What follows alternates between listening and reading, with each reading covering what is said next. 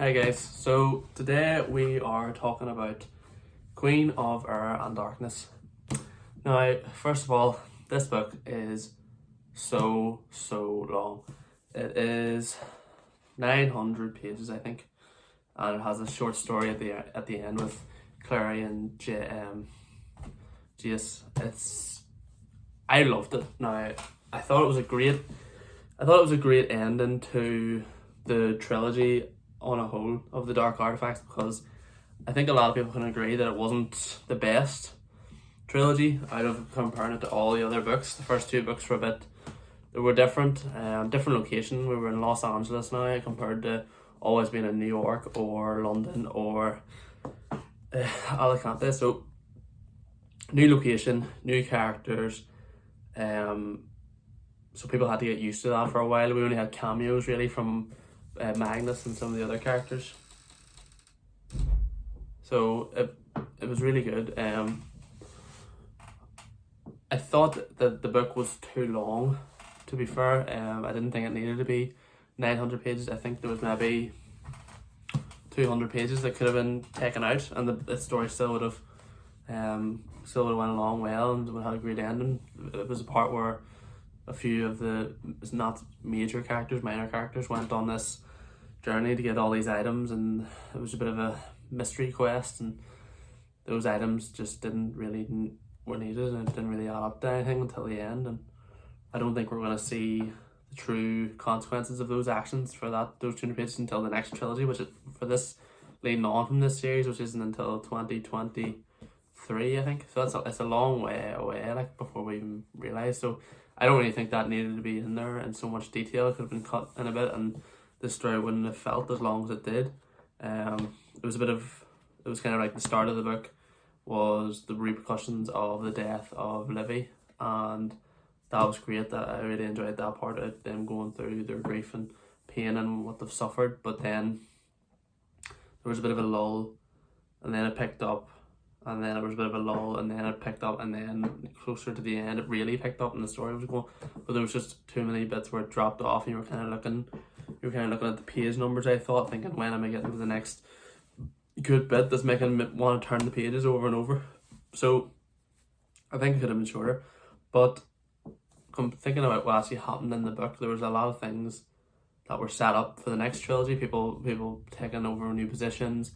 In the end, everyone was deciding on going, like, where they wanted to go next on their journeys, which I find really interesting, because it means I didn't predict what the next. You can't really predict what the next book's going to be about in the trilogy afterwards.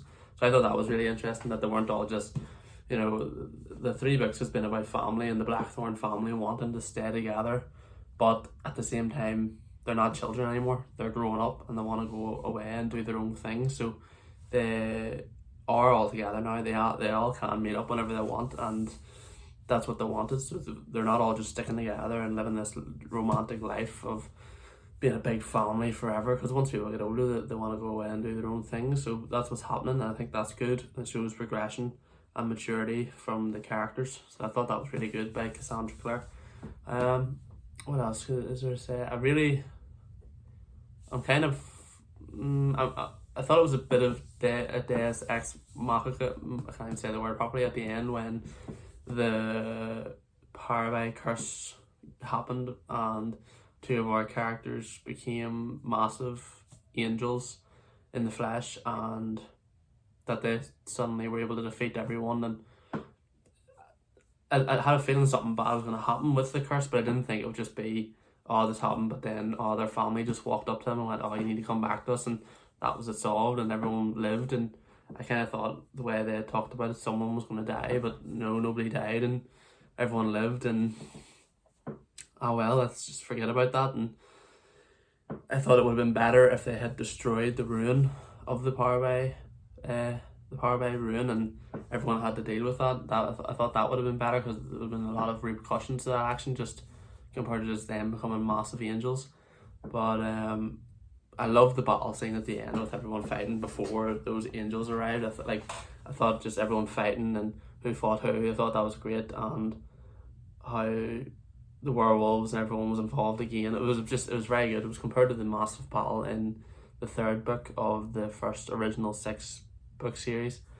Compared to that, I thought it was really, really good, and I was happy about Clary and their involvement. The original characters came back and how much of an impact they had in this book. I really enjoyed that compared to the other two. Didn't really feel like they had much impact at all. And that's why people love this series, because of those original characters. So people want to see them as much as possible. And then with the ending, yeah, with obviously everyone's moving on and they're going on their own way, but then there was the older Jace came from the other dimension, and now he's in this dimension with Ash, this Sebastian's son. Really excited about that. That's probably what's going to make me want to pick up the next book more than anything, just to see where that goes. But overall, it's my favorite one in the Dark Artifacts trilogy. It's not my favorite book in the Shadowhunter series overall. It's in the middle there somewhere, really, of all the books. I would recommend it if you've read the first 2 in this trilogy. Then you should definitely pick it up and finish. But it's not. I don't know. If you're thinking of I wouldn't recommend this book if someone's deciding to get into the Cassandra Clare series as a whole. I would just read the original 6, the first, then the next trilogy. I would read those first. They're great. I loved all them books. So, if you've got this far, comment below what was your favorite character or what was your favorite moment in this book overall, and are you excited for the next series of books? Currently reading Chain of Iron, nearly 200 pages in now. Loving it. I would say it's better than this book, really. But thanks for watching, guys. As always, please like and subscribe if you're a new viewer, and I hope to see you in the next one.